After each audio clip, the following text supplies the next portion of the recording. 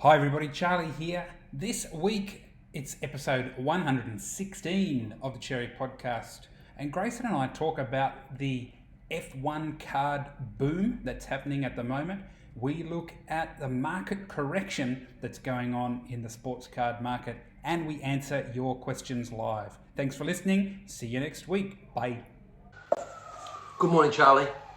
Morning, Grayson.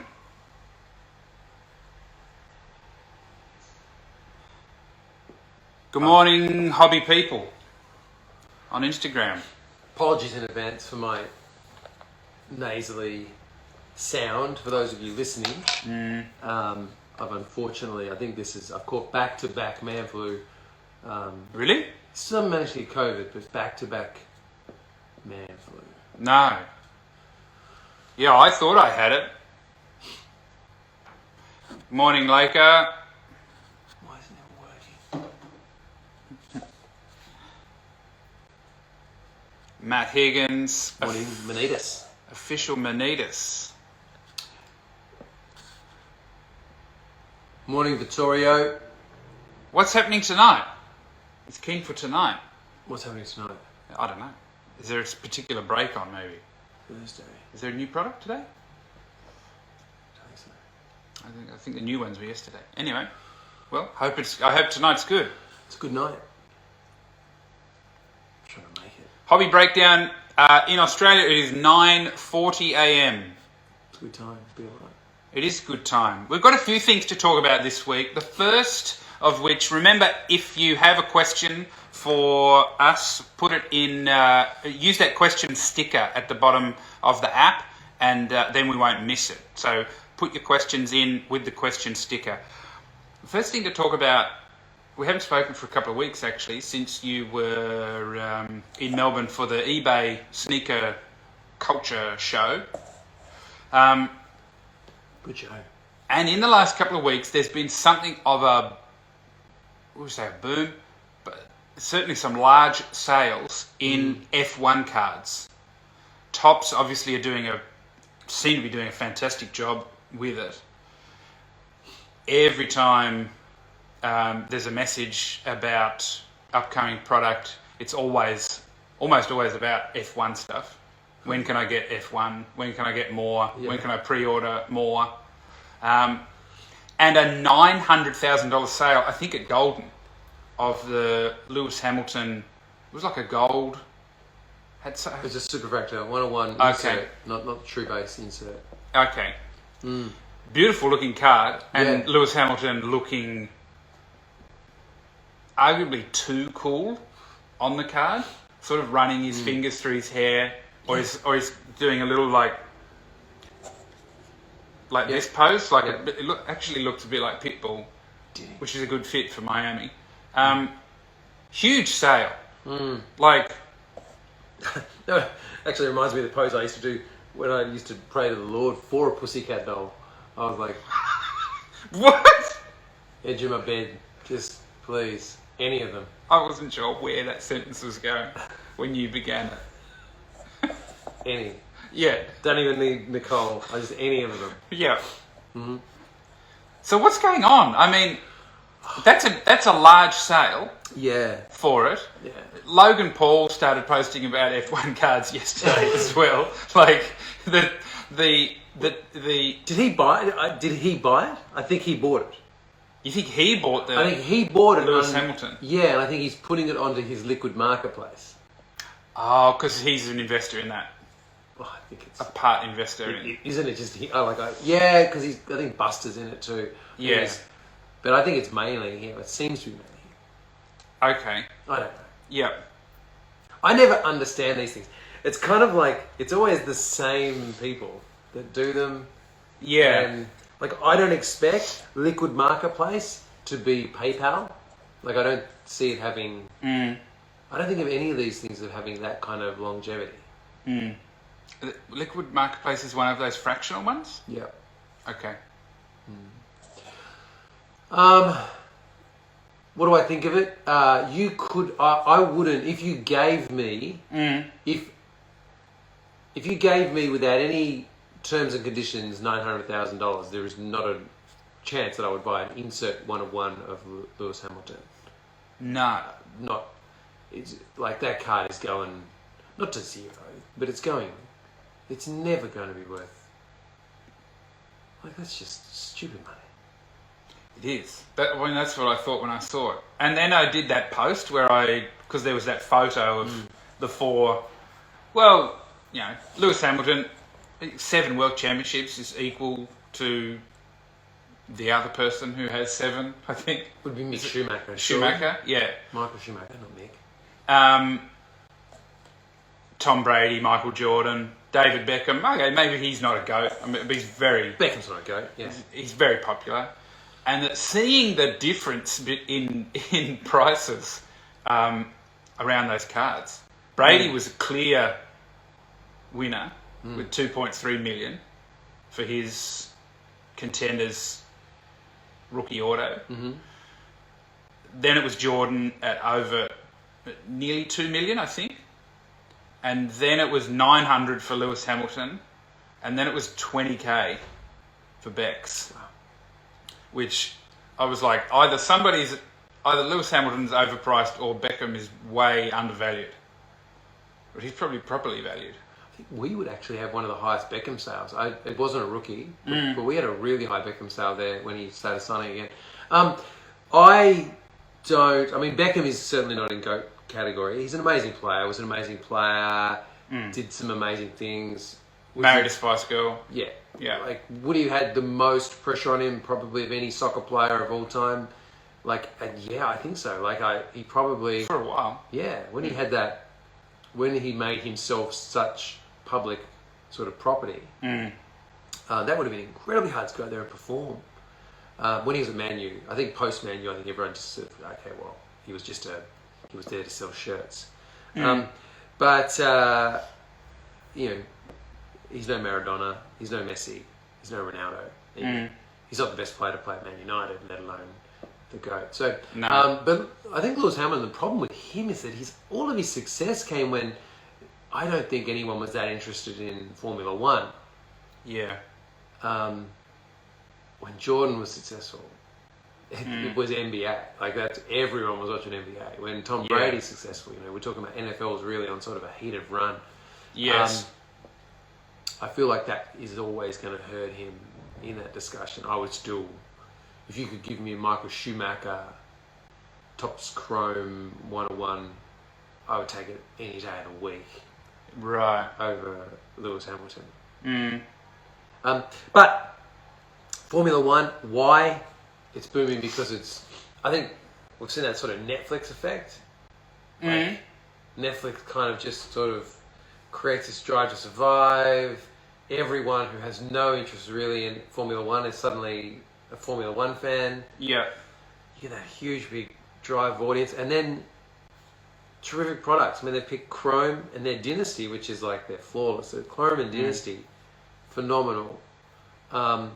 Kept them short printed, created like a huge amount of, not artificial demand, but if they'd gone with a Series 1 Formula One straight away, and we had like a real basic paper stock product with heaps of content there, and I think it would have been less conducive to these incredible prices we're seeing. So Topps have just managed it phenomenally, which has been somewhat, there's been a bit of the bump on Topps has always been that they haven't been able to do that. They haven't been able to send a product to market and get that massive secondary market interest that you see the high-end stuff that Panini has. So does this say that they've identified what that is? Maybe it's... They're starting to dial it in. Yeah. Yeah. Like, they understand what it takes to get that secondary market bump. Everything about it just seems fantastic. So congratulations to all involved. And of course, then you've got the injection of youth. You've got young drivers, Verstappen, Norris, Russell. I don't watch them, but Dale watches them every week. Yeah. Dale talks about these guys as being absolute, all-time drivers. So, all those things combine, and you've almost got a Limp Bizkit song. Yeah, well, it's interesting because with F1, we currently seem to be seeing something of a boom going on, but in other areas, maybe in basketball at the moment, we see prices dipping or plateauing, and people saying that this is a market correction coming in, or is it like Josh Luber said in one of his white papers, the connection between cards and crypto is very, they're very. He argued that they were linked in one of his charts. So what's happening with basketball? Do we have is it a combination of like a less exciting rookie crop this year? What's going on with the correction we're seeing there? Yeah, there's definitely a less exciting rookie crop. I mean, like less exciting is an understatement. There's just no excitement. Yeah. Does anyone remember a single highlight of any of this year's rookie class? Like I don't remember anything. No. No. So there's that. I mean, that never helps. There's been very little product because of the paper shortages.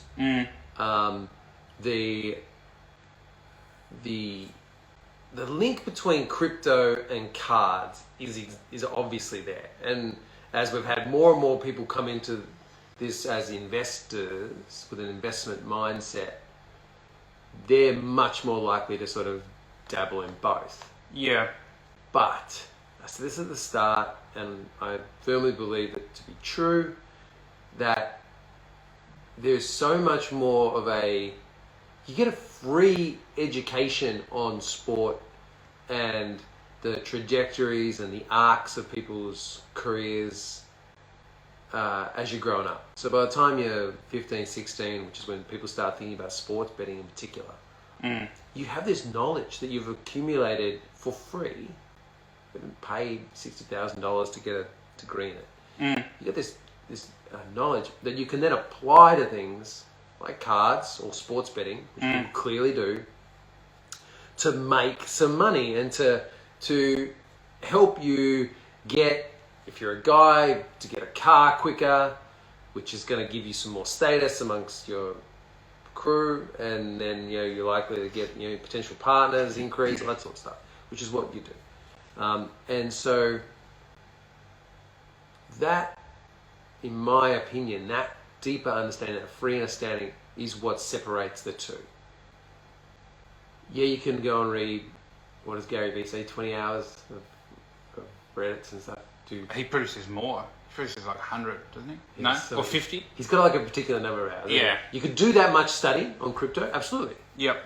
It doesn't compare with 10 years of you watching and re-watching. Yeah. Like the NBA. Yeah, why is Tatum, useless in the last 10 minutes of the fourth quarter? Like, yeah, you know that stuff inside out. So that connection that people have will mean that their investments in cards will be far more likely for them to go, listen, I'm pretty confident Jamal Murray's going to come back and just dominate.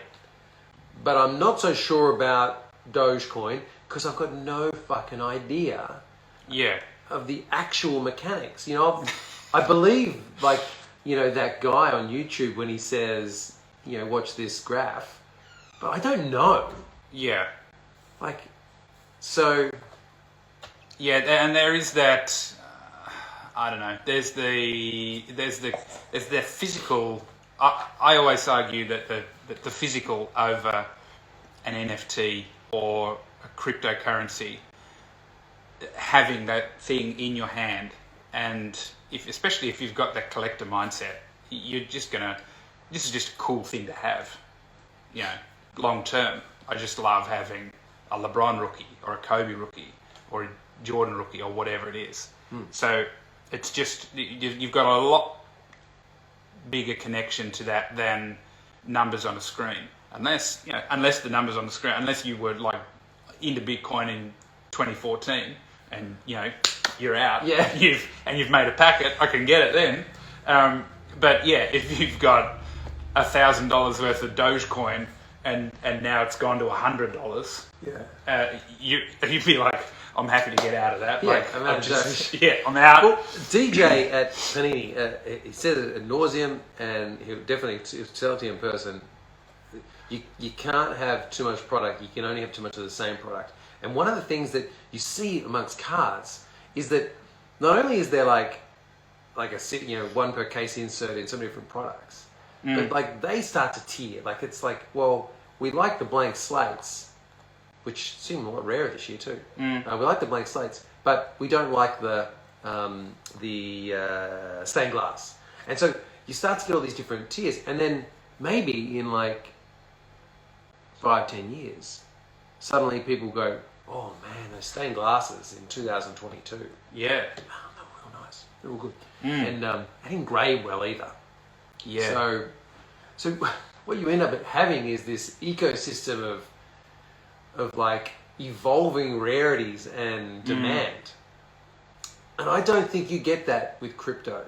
You get peak interest based on market moves, but there's no real connection to them. It's just like, oh wow, like 5,000 people who were in Discord X just all got told to buy 5 of that thing. Yeah. And then suddenly its price moves up, and then I'm going to sit here for the next 6 months and pray that they don't get told to sell. Yeah. I don't know. Not my thing. Congratulations if you've made money in it. And, 100%. Yeah. I didn't. If you can't tell, I didn't.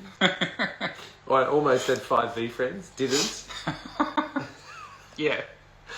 Hey, my bank blocked me twice. Yes. So, and when they did that, when my bank blocked me twice, I was like, nah, I'm out. And you hear about people with that when they're trying to buy from Panini in their Dutch auctions. They're like, oh, bot stopped it, and so I'm not going to do it anymore. Like, I get that. Yeah.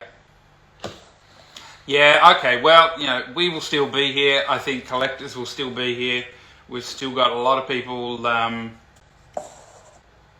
interested in what's coming out. We've got what's coming out soon. There's some big boys coming out soon. It like feels late to be getting some of them. Yeah, like I was invoicing.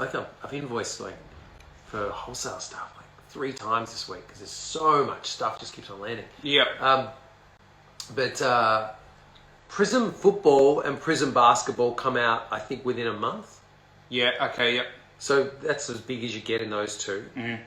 Metal Spider-Man comes out. What's that? A month or so. That's the Skybox Metal Universe version of Spider-Man. Okay. Which is going to be... I mean, if you haven't signed up to Upper Deck EPAC, make sure you sign up to Upper Deck EPAC. Charlie can do some links on our Instagram. Let people know. Upper Deck EPAC is their premier way for collectors to collect and trade. Their flagship way, I think you'd say. They still supply other hobby shops as well. But their that EPAC system is very unique. It's really good. And what was the other one? Oh, Chrome. The one that's a buy. And like I've been buying this all week. I feel like that guy who used to walk around telling people to buy or sell on like Fox or Sky. He's a yeah. He's got like his sleeves rolled up. Yeah. Yeah. Oh, what was that dude's name? I can't remember. Yeah, sell. Yeah. Anyway, buy. Chrome, UEFA, Champions League. What's in that? Oh, it's incredible. It's got first Chrome Ronaldo in Man U. Oh, nice. First Chrome Messi in PSG. I'm pretty sure, there's a chance it's going to have Haaland auto. It's obviously got all those other autos. It's got some really cool throwback inserts. I'm pretty sure it's got a buyback sticker set. So they've bought back the stickers and then framed them in in the museum things they do with Alan Ginter. Oh, that's cool. Yeah. because, and Gary Vee's mentioned this too, and I've mentioned him twice today, so I'm going to sound like a massive fanboy. But he's a big believer that it's stickers for soccer and cards for football or baseball. Okay. So to have that major component of buyback stickers, I think is a very interesting thing. It's the first time, and could be a big deal, I think, moving forward. So buy them wherever I'm buying them. Blowout has had them great price. Cherry's had some as well, so you can buy them for Cherry as well if you want. Yeah. I'm not trying to do a promo, but I'm trying to buy more than sell, but you can buy them. But yeah, Champions League Chrome UEFA comes out soon. That's interesting about the stickers because I remember the boys who we met from Greece at Trace and Chase. Yeah. Send me a birthday message. Were heavy into they're trying to push European collectors into cards. Yeah. They're like, no, it's not stickers. It's not about stickers anymore. Come on, guys, they're trying to steer the whole market over there into cards, which I get because, stickers have been around, forever, but probably since the 60s, people have been collecting football stickers over there. That's what you collect. Yeah. And they haven't been grading them either. So no. That market for like tens, yeah, because those stickers, they bend like little bastards. Oh yeah, yeah. So very flimsy. Yeah. I had cases and cases and I bought heaps of 2018 World Cup cases of stickers, and I couldn't sell them. Like they were, and there was no money in them either. Like they were selling terribly, and so I was doing my ass. And I had them so cheap. I think I paid like $50 a box. I'll sell for like $20 a box in store. I got sick of looking at them, take up so much space. And then of course Mbappe blew up and he got his like first World Cup sticker in there. And so I remember I opened like a case and a half, and every single Mbappe I got was basically like an aeroplane. It was so bent, like you could almost throw the bastards. So that was a low point. Yeah. Yeah, that was a low point. And all I could think of was if anyone like sends in a complaint, he's like, I got the stickers, they're all bent. Can I have another box? I'll be like, I'm done. Yeah. I'm shutting the shop. Yeah, yours are bent too? Yeah, all mine are bent as well. Oh man! Now, I think the last thing we've got to talk about is last week's show.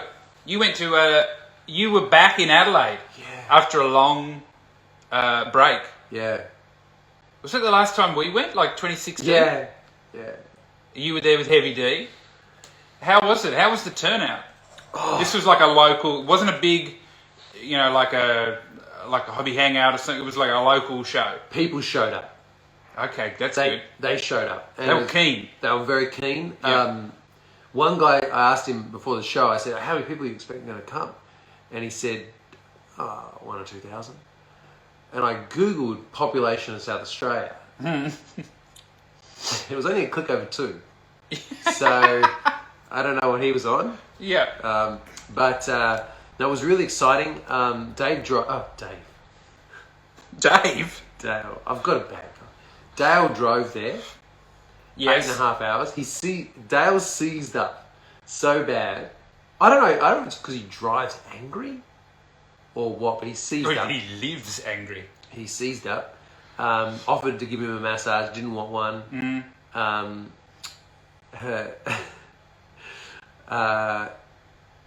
stayed at the same hotel as the Wiggles. Wow. So you know you're doing good. Yep, high rolling. Yeah, you know you've made it when you're at the same hotel as the Wiggles. Getting that mad Wiggles cash. Yeah. You can just imagine, like, get into an elevator and you got 4 guys there in coloured skivvies, and then Dale sort of shimmies in. Yeah. After with his flip flops on, pushing a trolley full of cards. So the Wiggles must have just gone, I'm out. I'm done. Call it quits. Yeah. So it was fun. It made me think. There was a few things. One was that if without COVID, how many people could show up at the Hobby Hangout in Sydney? Oh yeah, yeah, Without restrictions, it could be silly. yes, yeah. I think this time it was about this time last year we were there, and they got through maybe 1,200, but yeah, you would get It's going to be 2 or 3 easy. you would get way more. Yeah. Yeah, So that's going to be really interesting. The quality of cards on display, the quality of singles that people put out, there was a lot of tables with the singles, was incredible. And anyone who has it in their mind that all the cards that exist are like on eBay or Instagram, Instagram, whatever, yeah, they're kidding themselves. yeah, yeah. Like we bought like a dozen Kobe autographs. Wow. Like, you can't find a dozen Kobe autographs on eBay like right now. Yep. Like, it was like, yeah, we so many good cards, fantastic, and the deals of people like really fast, fair deals all day. Okay. People wanting to just make deals. Yeah. Okay, yeah, I got 30k worth of cards, 20k done. Yep. You know, it's just bang, bang, bang. And like, you go back a year and I've got 30k worth of cards. How much do you want for them? 35? You'd be like, Yep. sorry? Like, yeah. There's some Kobe Whites in there and you'd be like, sorry? Yeah. Who? Yeah. Like, he's not even the best white in this conversation. Like, so yeah, it was really fantastic, and it's going to be Sydney Hobby Hangout, and then I think Melbourne Hobby Hangout this year could be all time. Yes. Could be all time. Yeah. Well, they're coming up. I mean, we've got Oz Comic Con in June. Yeah, June, which will be a bit of a different vibe. That'll be, you know. That'll be selling vibe more than a buying vibe. Yeah, and it's not dedicated to cards. And then we've got Sydney Hobby Hangout at the beginning of July before we go over for the National. And that, I think, will be big. Yeah. Big. Yeah, that'll be big. Sydney will be like, hey, we heard Melbourne had a big turnout. Well, you know, Sydney's here. Because there's a lot of, as we know, there's a lot of big boys there. Yeah. Big boys. That was a good time. I enjoyed it. I preferred the hotel we used to stay at. That had a nicer vibe. The Hilton was. That was the. Old, Yeah. Okay. It was another Romano. It was. Yeah, it was a nice, It was almost like a motel. Yeah. It was like a big motel. It was nice. I liked it. Let's have a look at questions. The Smiling Basketball asks. Yeah, I like it too. What's the best card you've ever personally seen? I'm not sure what he means by best. Most valuable or the coolest? Well, I mean, I've seen Honus Wagner in like an event, which is obviously the best. Best card. What's my best sort of feels?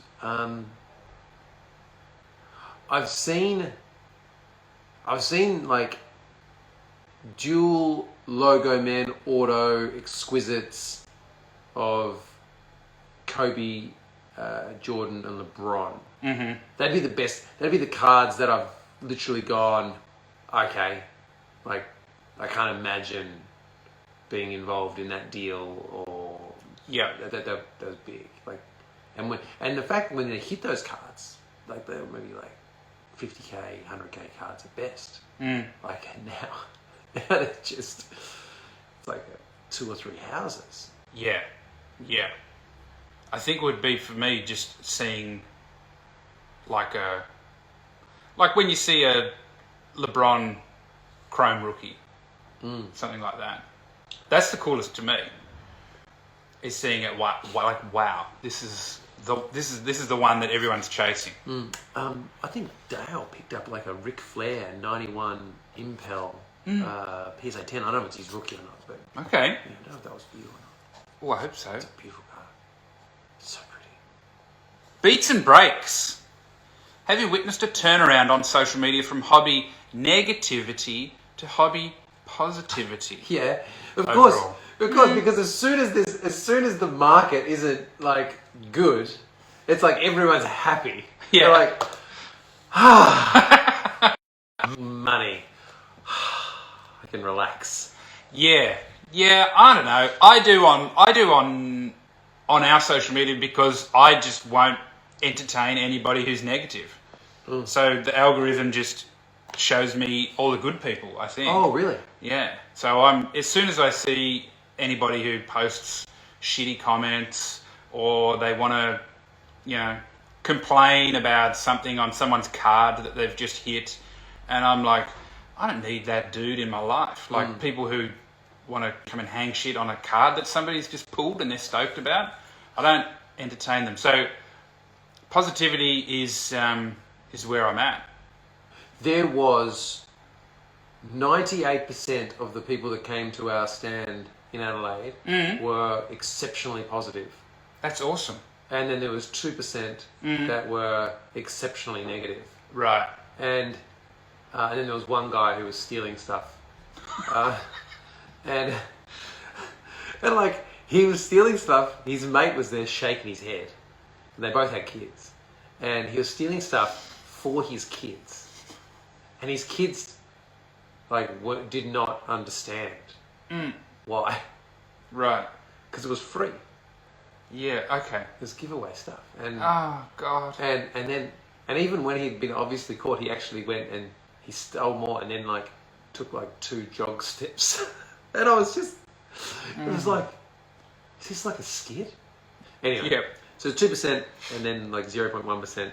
Well, that's good. Maybe we've found all the positive people, or we attract them. That was, if you go back 2010, Yeah. a card show was literally people for 5 hours telling you how Panini's destroying the hobby. Yeah. And how this is a death spin now, and good luck to it. And I somewhat bought into it. Like 2014, Yes.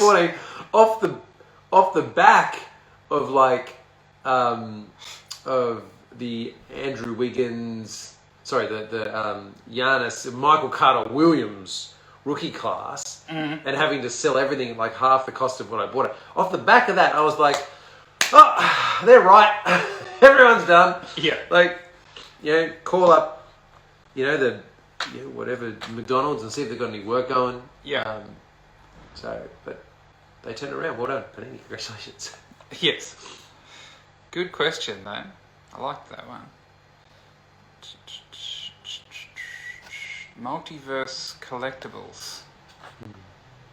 When putting a card in a one-touch, should it be in a sleeve as well? If so, where do I find sleeves to fit a one-touch? Multiverse collectibles, no, it shouldn't. I have no idea why people do that. Yeah, it's odd. Yeah. If you want to get a card graded, if that's your thing, keep it in a top loader or a card saver. Probably a card saver. There's a reason they're called card savers. If you want to display a card nicely, put it in a one-touch. They look really pretty. But don't get a one-touch if you want to get it graded, because once again, you're opening something up. Like you're literally going dust, and closing it, and like you're trying to trap it in there like you've just caught a fairy. It's not ideal, but if you're just going to display it, it's fine. And if you put it in there with a sleeve, well, then you've destroyed the purpose of displaying it really pretty, because it's going to look ugly. And don't you risk like crimping it as well because of the You can, yeah. like the slack of the sleeve? Guy yesterday had one that that had crimped. A guy sold me a Zion that had crimped, a Zion Auto to 8, which was worth like 10k at the time, and he crimped it. When I opened it up, it had been crimped. It's like a line. Big line through it. Oh, that was disappointing. Yeah. I still kept the deal. I didn't whinge. I made a mistake. Yeah. I took the deal. They're one at the top. What's the one at the top? That's a nice, good news story. We got heaps of questions up. Another one. The smiling basketball. Do you remember me in the city of Melbourne, you gave me a PSA 9 Shaq rookie for $10. Oh, listen, please. Please, Charlie, why did you pick this question? Who is this guy? Is this Blake in disguise with a sock puppet account? I don't need this. That's cool. When was that? Oh, it could have been any day. It's any day that you're just handing out. I'm often handing out Shaq rookies. Do you remember that? I walked through the city of Melbourne handing out Shaq rookies with a sack. No, I don't remember that, no. Oh, wow. Must have been a while ago. It would have been before they boomed. Oh, that's cool. Now they're all in cherry pies. I'll have to make sure I'm following the Smiling Basketball because that's cool. I hope you enjoyed it. Thoughts on the 2022 one? I never noticed. So the 2022 Kaboom look. Yes. Is it different? The The ones I saw last night, they look good. I never noticed the difference. I think they always look the same. I think they looked very different in the first iteration where they were the comic book drawings. Yeah, that's cool actually. I wonder why they bring that back. Like, you want that to come back. Yeah. I think maybe because the downtown has got the comic book. So they're like, we don't want too many that have got pencil drawing. Yeah, okay. Yeah. I think they look great. I think the Kaboom's a beautiful insert. It grades hard because that foil edging shows up any damage. Yeah. Great look, great card. One per case in like a $10,000 plus case. Big checklist, which makes them, you say it's a 20 card checklist that becomes a 10,000 times 20 becomes $200,000 per card to get one. That's a good number. It will always be a good number. Good set to collect. I underestimated the ones that we posted, that I posted last night that Blakey pulled. He pulled a Zion Kaboom and a Mobley Kaboom.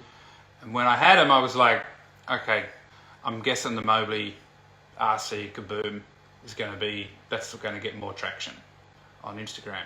Wrong. Zion, still. People digging him. 400 likes on the Zion so far, I think. And the Mobley's got about 100. You picked this up really early, like years and years ago. I remember you saying that you thought like Tatum or Luka or whatever would be the biggest thing, but a picture of a Curry post would outperform any of those. Yeah. A Curry, a Kobe. Yeah. Yeah. So I think that is sort of established brand. Yeah. Way beyond rookie status, and then the rookie status takes years, which is one of the things we could have touched on earlier, where people want to get in and out so quick now. They don't realize that it's only like 2 or 3 years before rookies cards become actual valuable. Yeah. Like Luka. Tim Tam Hadge at the Hobby Hangout show in Sydney. Are you going to be selling WWE? I imagine we'll have some. What do we have? What do we usually? We usually take maybe Revolution if there's some out. Yeah, we like the singles, slabs. There'll be some a little bit of sealed stuff, and then mystery packs. Mysteries are the big sellers. Conventions. Wow, huge. People love them. And we'll definitely have UFC. Absolutely, we'll have UFC. WWE will depend if there's not a lot of releases. So it depends if there's some releases. We're not going to take up, $2,000 boxes of WWE Prism. Not going to happen. No. I wonder if we've got a couple more. Basketball Oz Cards says, did you enjoy Adelaide? I saw you at the card show. Did you introduce yourself to the boys? I hope you did. I bet you didn't, though. No, some people I did. Yeah. We talked about it earlier. You did have a good time. I had fun at the stand. We gave away so much stuff. Thank you to Panini. Big shout out. Panini. Yeah, that was awesome. So many Father's Day packs. They were fantastic. I enjoyed meeting a lot of people there. There was a lot of people came up, watched it for years, love what you do, blah, blah, blah. I begged them for a 5-star review. Yeah. We did get a good handful, which I That's appreciate. good. So thank you if you did take the time to leave us a 5-star review. I don't remember, basketball Oz cards specifically, like, yeah, I'm sure that I'm sure that I would have been nice. Yeah.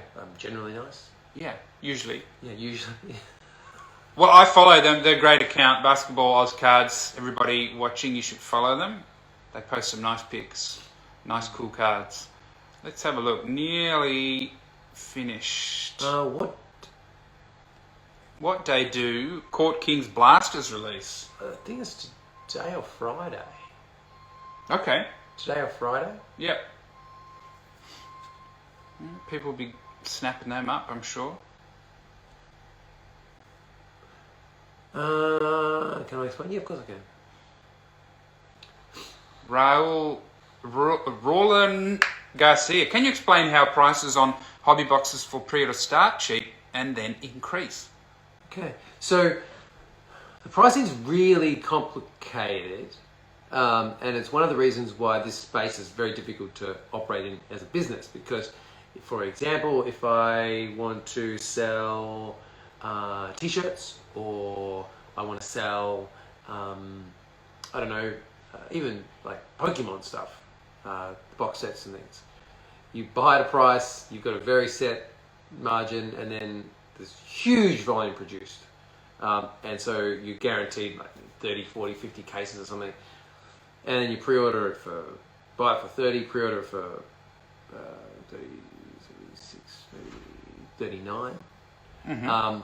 And then you would continue to sell at that until it comes out. And then maybe after like 2 months, it might be sold out. So you might pump the price up to 42 or 45 because it's very hard to get and you can't replace it.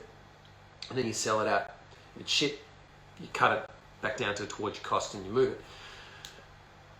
Trading cards are very different in the sense that there's massive supply and demand behind each release, and if a release starts to look good, like it's going to have this set in it, it's going to have a player in it for the first time, or it's going to have a lot of interest, then its price changes very, very, very aggressively. So a great example where I think that the market hasn't identified that a product's going to go through the roof is a Topps Chrome UEFA Champions League. So at the moment, I'm buying Topps Chrome UEFA Champions League for more, significantly more, buying for like $350, about $500 and something a box. I'm buying it for more than it's listed for on my own site. Yeah.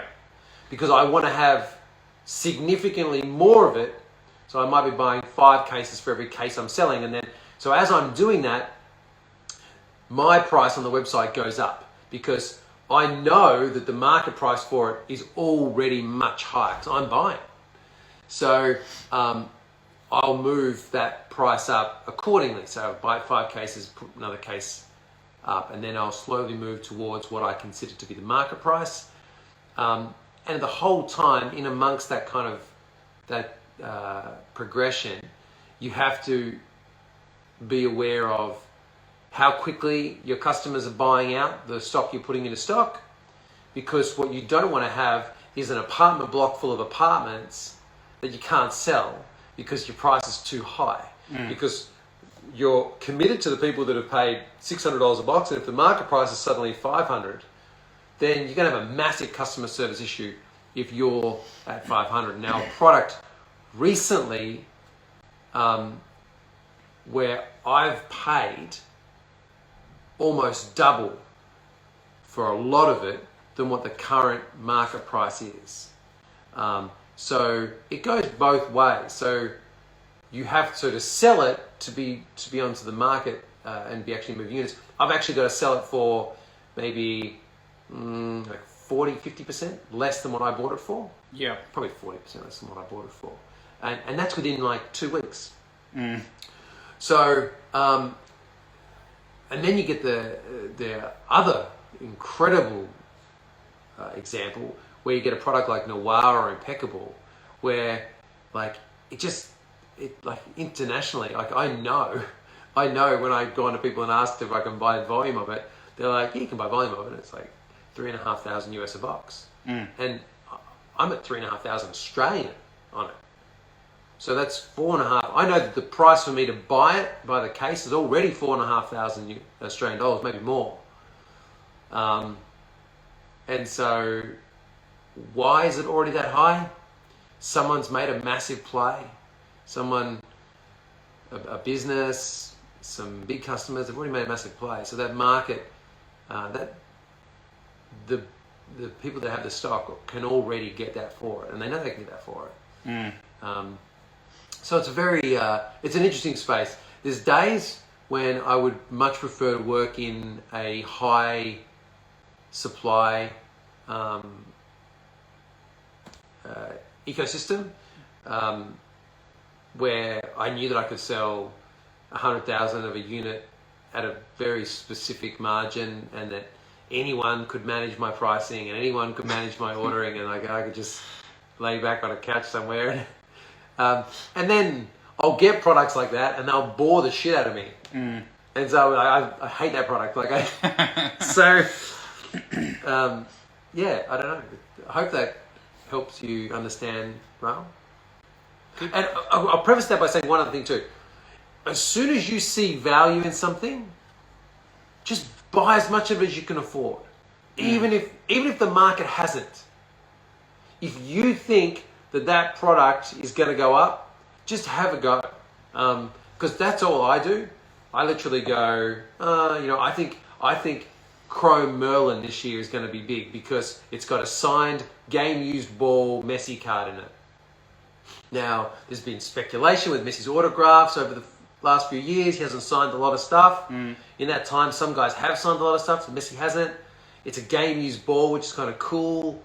I don't know if we can actually say Messi used the ball, but it's going to be a game-used ball. Yeah. Messi autograph. I think it'll be like a really cool thing, and it could make that product extremely rare, extremely fast. So I've made plays at it. You see a product, make a play at it. The upcoming Mosaic Road to the World Cup. Mosaic Soccer, it's not a massive seller for us. Like it's a brand that struggles a little bit, but it's got the first Ricardo Pepi, who is a young American star. It's got his first Prism rookie card. So, what happens there?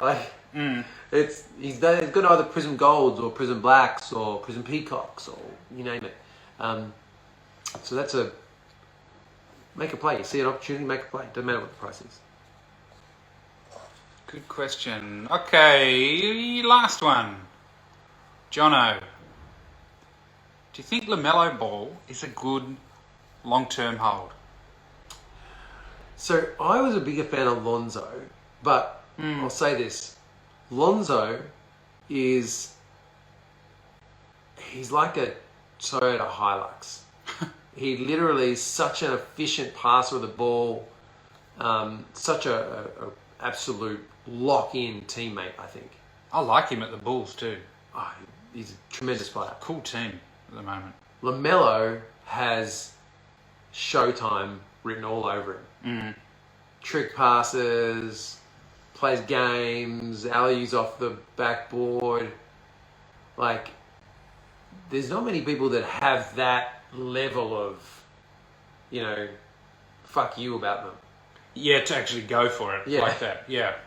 So I think that is something that will differentiate him, and I think anything that makes you unique in this space is a win. So I would definitely be holding and collecting LaMelo, and absolutely I think he's going to be more valuable than Lonzo. Good questions today. Thank you everybody for tuning in. Yeah, thank you so much, and thanks everyone who came up and said hi in Adelaide. It means a lot. Fills my soul with tremendous. It's like a 1,000 Care Bears. Yeah. It's really cool. The show vibe is good, usually. Yeah. Thank you everybody. Thanks for your good questions. We will see you next week. Bye.